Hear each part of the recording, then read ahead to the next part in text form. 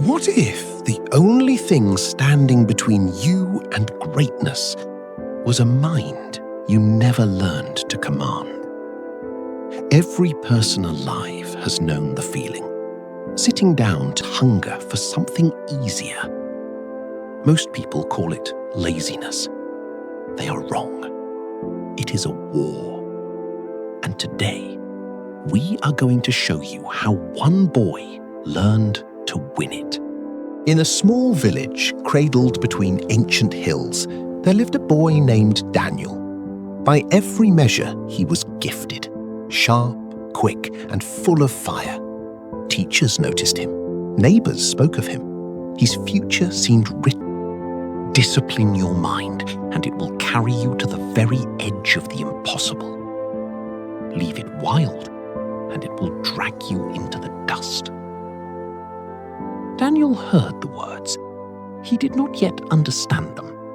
He nodded, smiled, and went back to his distractions. Word of an extraordinary teacher had reached the village, a man known only as Guruji. He was said to have transformed young wanderers into champions and failures into legends. He did not teach mathematics or memorization. He taught something far rarer, mastery of the self.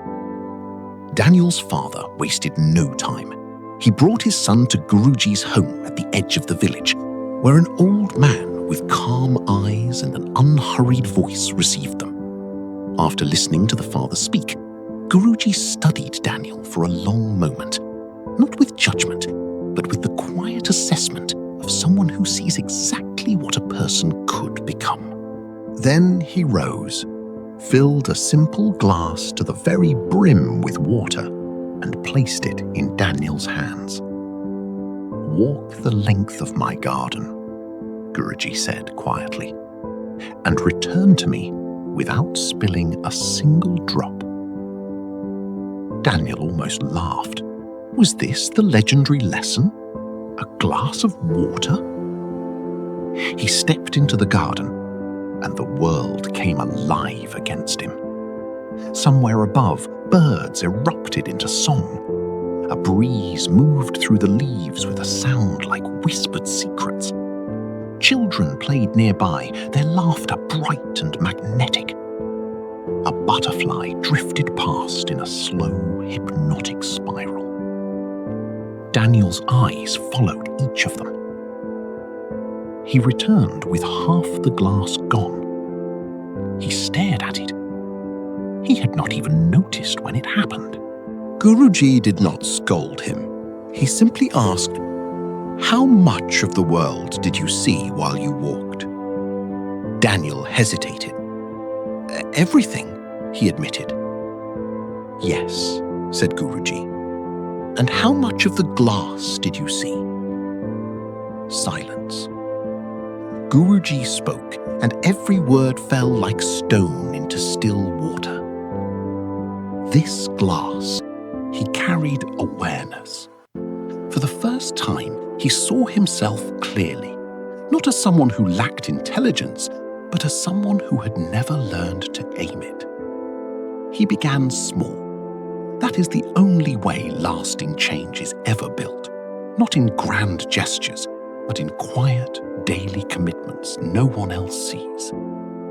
He rose at the same hour each morning, before the world had a chance to pull at him.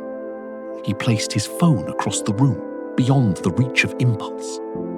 Each day, he sat in silence for 5 minutes, not meditating perfectly, but training himself to return, again and again, to the single point of focus in front of him. It was not glorious. Some mornings, his mind thrashed like a caged animal. Some evenings, he failed entirely. But each time he noticed himself drifting, he did what Guruji had shown him. He looked back at the glass. He came back to the task. Weeks passed, then months, and slowly, the way a river carves stone, invisibly, until suddenly, Daniel changed. His memory sharpened. His grades rose. More than that, A stillness grew inside him, a quiet confidence that had nothing to do with arrogance and everything to do with knowing that when he chose to focus, he could. 1 year after the day in the garden, an announcement came. A national competition open to students across the region. Complex problems, a brutal time limit, pressure designed to break undisciplined minds and reveal the ones built to step at a time.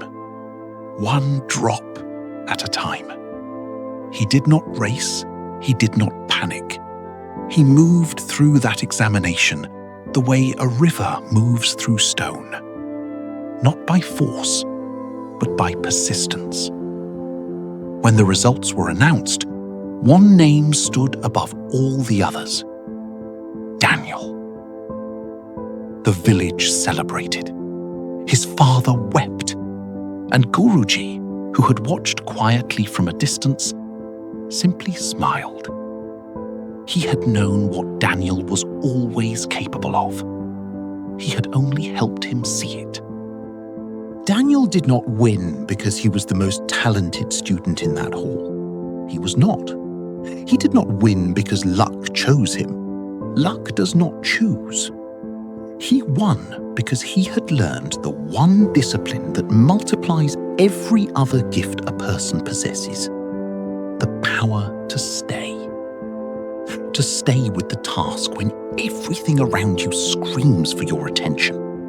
To stay with the goal when comfort whispers to let it go. To stay with the process long after the initial fire of motivation has burned to embers, and choose deliberately to fan it back to flame. And subscribe to the final lesson, because every week we come back here, together, to remember what we are made of.